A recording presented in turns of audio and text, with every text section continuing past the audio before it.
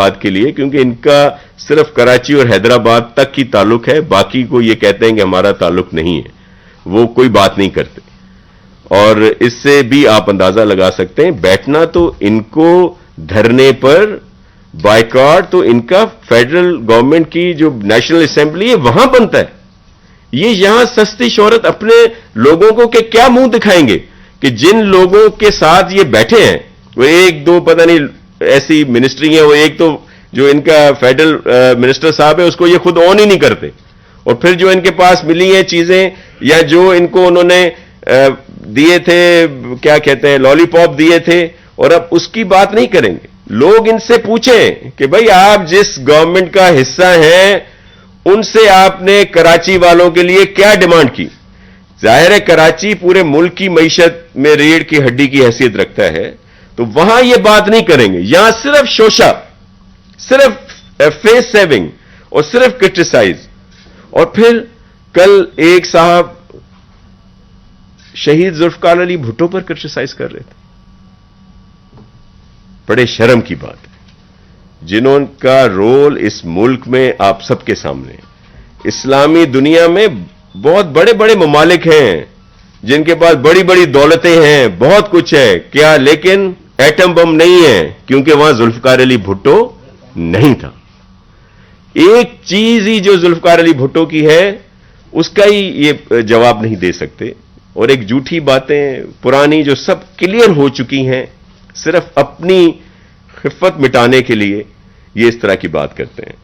تو بہت سارے پروجیکٹ ہیں جو ہم نے پورے سندھ کے لیے، اور اگر یہ خاص طور پر کیونکہ بات ہر جگہ کراچی کی چل رہی ہے تو اس پہ تو میں سعید غنی صاحب سے ریکویسٹ کروں گا کہ وہ آپ کو اس پہ بریف کریں. سر آپ ادھر ہی آ جائیں.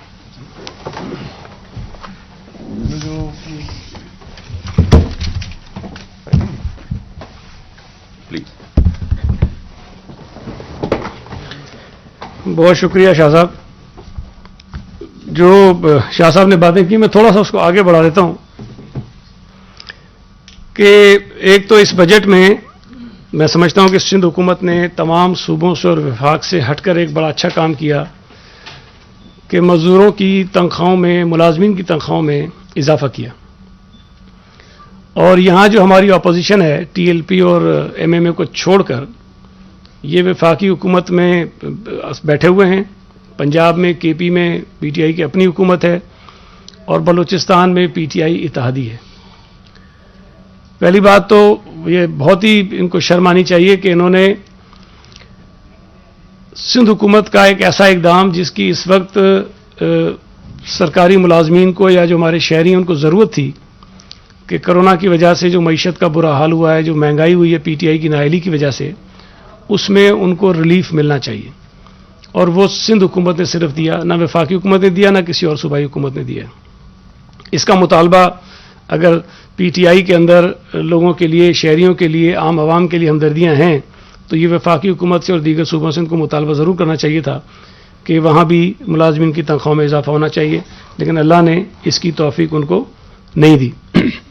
دوسری بات یہ جو شاہ صاحب نے کہی، میں تھوڑی سی اس کو اور آگے بڑھا دوں کہ ایم کیو ایم وفاقی حکومت میں بیٹھی ہوئی ہے اور دھڑلے سے بیٹھی ہوئی ہے. وزارت بھی ایک پھر نئی انہوں نے تازی لے لی چھوڑنے کے بعد دوبارہ. اس کا مطلب یہ ہے کہ ان کی اچھے خاصے معاملات آپس میں چل رہے ہیں. ایم کیو ایم نے پیپلز پارٹی کے ساتھ جب ہمارے حکومت میں یہ تھے اتحادی، اس وقت آپ کو پتہ ہے بین الاقوامی مارکیٹ میں جو پیٹرول کی قیمت تھی وہ $145 فی بیرل تھی. اور جب پیپلز پارٹی کی حکومت نے پیٹرول کو مہنگا کیا اس لیے کہ بین الاقوامی مارکیٹ میں مہنگا ہو گیا تھا، تو ایم کیو ایم نے صرف پیٹرول کی قیمتوں میں اضافے کی وجہ سے کوئی 4-5 مرتبہ والی حکومت کو چھوڑنے کا اعلان کیا تھا. اور ایک آدھ مرتبہ ہم نے پیٹرول کی قیمتیں کم بھی کر دیں اس لیے کہ جی اتحادی جماعت کا مطالبہ تھا. آج جب بین الاقوامی مارکیٹ میں قیمتیں نہیں بڑھی اتنی، اور اگر بڑھی بھی تھی تو اس کا جو اطلاق ہے وہ 1 جولائی سے ہونا چاہیے تھا. اوگرا نے کوئی پروپوزل بھی نہیں بھیجا تھا کہ مہنگی کر دیں پیٹرول کو آپ. لیکن اس ظالم، نااہل، نالائق سلیکٹڈ حکومت نے 27% سے لے کر 66% تک پیٹرولیم کی مصنوعات کی قیمتیں بڑھا دیں. اور ایم کیو ایم کا صرف ایک شاید کوئی اسٹیٹمنٹ آیا کہ جی مناسب بات نہیں ہے. بھائی تم وفاقی حکومت کا حصہ ہو, یہ کیسے ہو سکتا ہے کہ وفاقی حکومت کوئی ایسا کام کرے جو عوام دشمن ہو, تم اپنے آپ کو اس سے الگ کر لو؟ الگ کرنا تو حکومت چھوڑو, لیکن جو پی ٹی آئی کی حکومت غلط کام کرے گی جس کی وجہ سے عام لوگوں پر مصیبت آئے گی, ایم کیو ایم اس میں برابر کی حصے دار ہے. یہ پیٹرول کی قیمتوں میں جتنا اضافہ ہوا ہے, ایم کیو ایم اپنے آپ کو اس سے علیحدہ نہیں کر سکتی ہے. پی ٹی آئی کی حکومت نے, نااہل نالائق سلیکٹڈ حکومت نے اگر اسٹیل مل سے 9,500 لوگوں کو نکالنے کا فیصلہ کیا, اعلان کیا, تو ایم کیو ایم صرف مذمت کر کے اپنی جان نہیں چھڑا سکتی ہے. ایم کیو ایم اس حکومت کا حصہ ہے, اس کیبنٹ کے اندر یہ موجود تھے میٹنگ کے اندر, جس کیبنٹ میٹنگ میں یہ فیصلہ ہوا. تو اسٹیل مل کے 9,350 ملازمین, جن کی تقریباً 99% اب جو ملازمین کا تعلق ہے وہ صوبہ سندھ سے ہے, ان کی برطرفیوں سے ایم کیو ایم اپنے آپ کو لا تعلق نہیں کر سکتی ہے. اگر پی ٹی آئی اس کی ذمہ دار ہے تو ایم کیو ایم بھی اس کی ذمہ دار ہے. ایم کیو ایم یہاں دعوے کرتی رہی, مطالبے کرتی رہی, کراچی کے لیے کچھ نہیں رکھا, اور کراچی جو ہے وہ اتنے فیصد صوبہ سندھ کے ریونیو میں اور اتنے فیصد وفاق کے ریونیو میں حصہ ڈالتا ہے. بالکل ٹھیک بات ہے. کراچی پاکستان کا سب سے بڑا شہر ہے. کراچی پاکستان کی معیشت کی ریڑھ کی ہڈی ہے.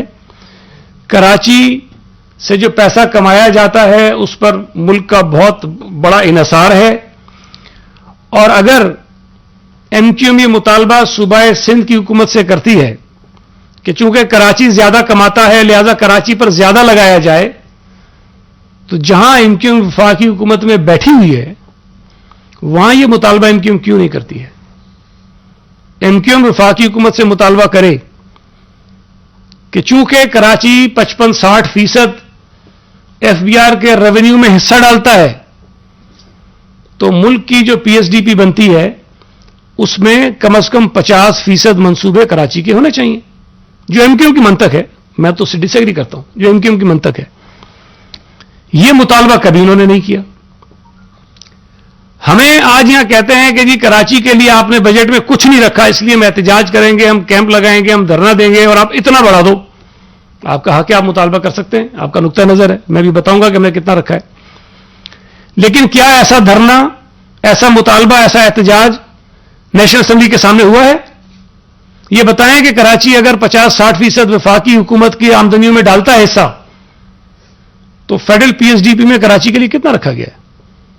ایم کیو نے آواز اٹھائی ہے اس پر, مطالبہ کیا ہے اس پر, 2-4 ارب روپے اپنے ایم این ایس کے لیے ڈیولپمنٹ کے فنڈ کی مد میں لے کر چپ کر کے بیٹھ گئے. اس پر کیوں نہیں آواز اٹھاتے ہیں؟ یہ جو دوہرا معیار ہے نا, یہ نہیں چلے گا. یہاں آپ اپوزیشن میں ہیں, آپ یہ احتجاج کر سکتے ہیں, ہم آپ حکومت میں ہیں. وہاں جو پی ایس ڈی پی بنی ہے وفاق کی, جس کابینہ نے اس کی منظوری دی ہے, ایم کیو ایم اس کابینہ کا حصہ ہے. اس پی ایس ڈی پی کی منظوری سے ایم کیو ایم اپنے آپ کو الگ نہیں کر سکتی ہے. اگر وفاقی پی ایس ڈی پی میں کراچی کے لیے زیادہ پروجیکٹس نہیں ہیں, زیادہ پیسہ نہیں ہے, تو اس کی ذمہ دار ایم کیو ایم ہے.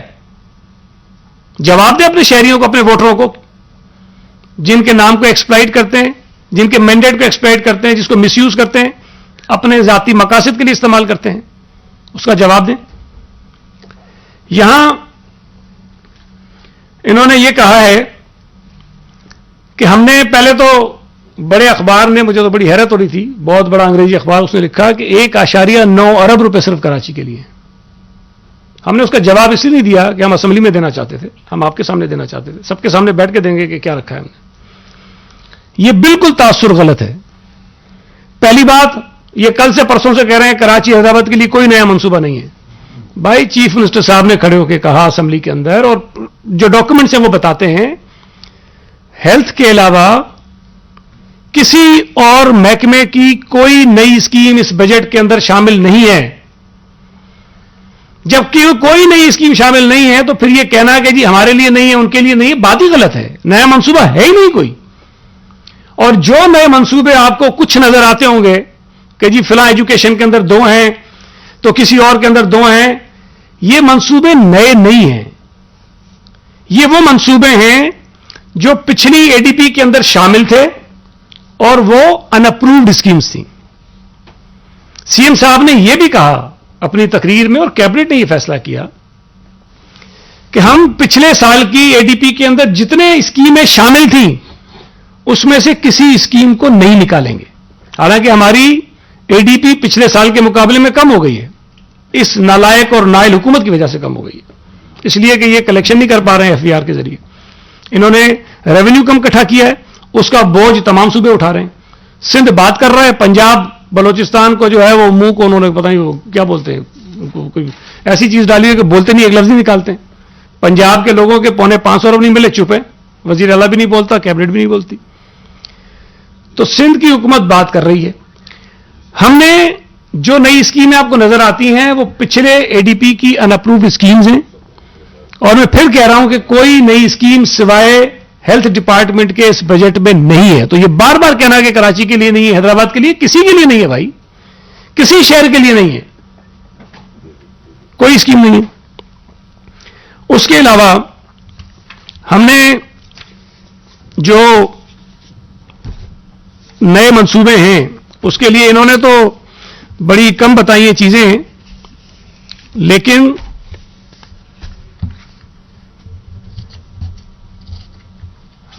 ہم نے کم از کم جو تفصیل اس کے اندر دی بھی ہے, بجٹ کے اندر بھی موجود ہے, لیکن میں پھر آپ کو اس کی تفصیل اور بتا دیتا ہوں کہ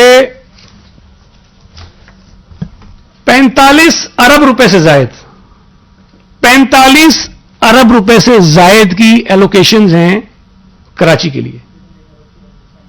45 بلین, یہ میں آپ کو ڈیولپمنٹ سائٹ کی بتا رہا ہوں. ہمارا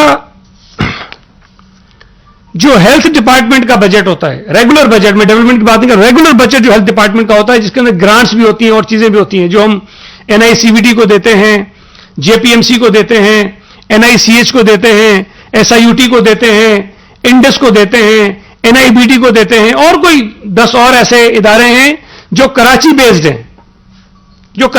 ہیں.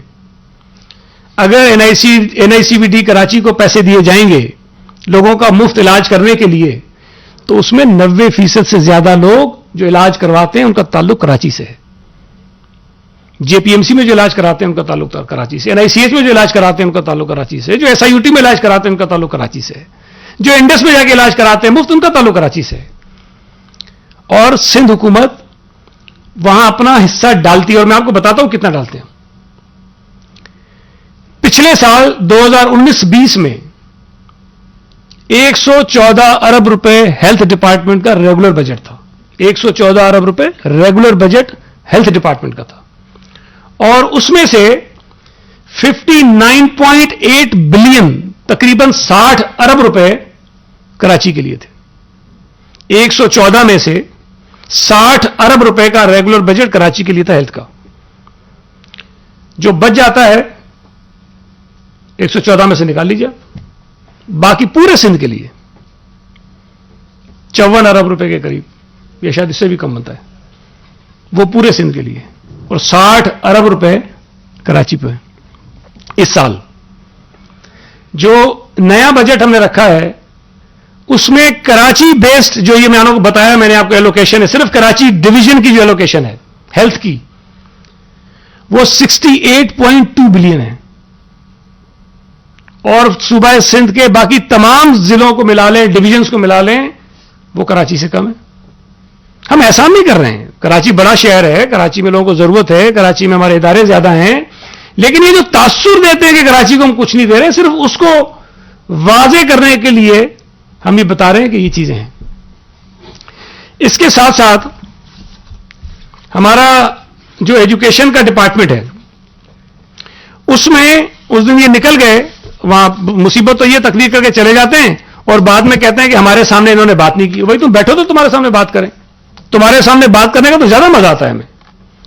مجھے وہ کل یہ محمد حسین صاحب کر رہے تھے میڈیا ٹاک شاید اسمبلی کے باہر, بڑی انہوں نے میرے لیے کہیں کہ منشیات فروش ہے, کرپشن کا بادشاہ ہے, پتہ نہیں کیا کیا چیزیں ہیں. پھر کہ ہم نکل گئے, پھر بات کی, اور بھائی میں نے تقریر میں کہا اگر یہ ہوتے تو میں زیادہ باتیں کرتا, لیکن میں ریکارڈ کو درست رکھنے کے لیے کچھ باتیں کر رہا ہوں, اور میں آپ کو پھر بتا رہا ہوں میں نے جو کچھ کہا, میں کچھ کہا. میری پچھلی بجٹ تقریر نکال لیں جس میں یہ سارے بیٹھے ہوئے تھے, میں نے ان کے منہ پر ساری باتیں کہی, اور جتنا میں نے کل پرسوں کا اس سے زیادہ میں نے کہا تھا. مجھے اللہ نے اتنی ہمت دی ہے. آج تو تمہاری دہشت گردی ختم ہو گئی ہے, جب عروج پہ تھی میں تب بھی بولتا تھا, اور جو تم نے کیا ہمارے ساتھ وہ بھی ریکارڈ پر ہے. میں اس وقت تم سے نہیں ڈرا, تو ابھی تم اتنے تھوڑی, آج کل تو تم صرف اشارے پہ ڈر جاتے ہو.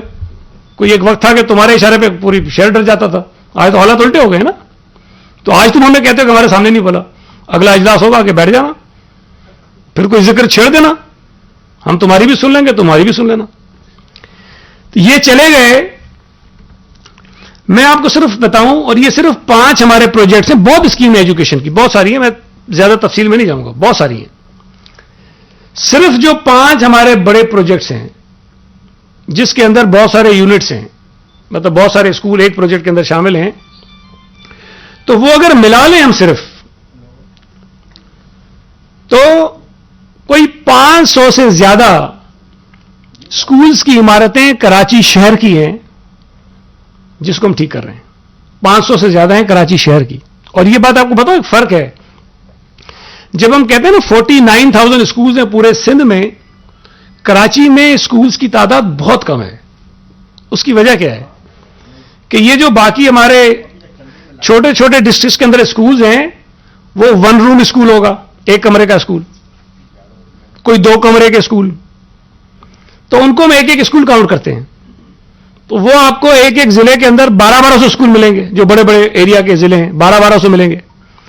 کراچی میں جو اسکولز ہیں وہ 1 روم 2 روم والے نہیں ہیں, کوئی 2-4 ہوں گے کہیں ہمارے چھوٹے موٹے گاؤں دیہات کے اندر, لیکن یہاں 99% اسکول جو ہیں ان کی عمارتیں بہت بڑی ہیں, 20-20, 30-30, 40-40, 50-50, 60-60, 70-70 کمروں کے اسکول ہیں یہاں پر کراچی شہر میں.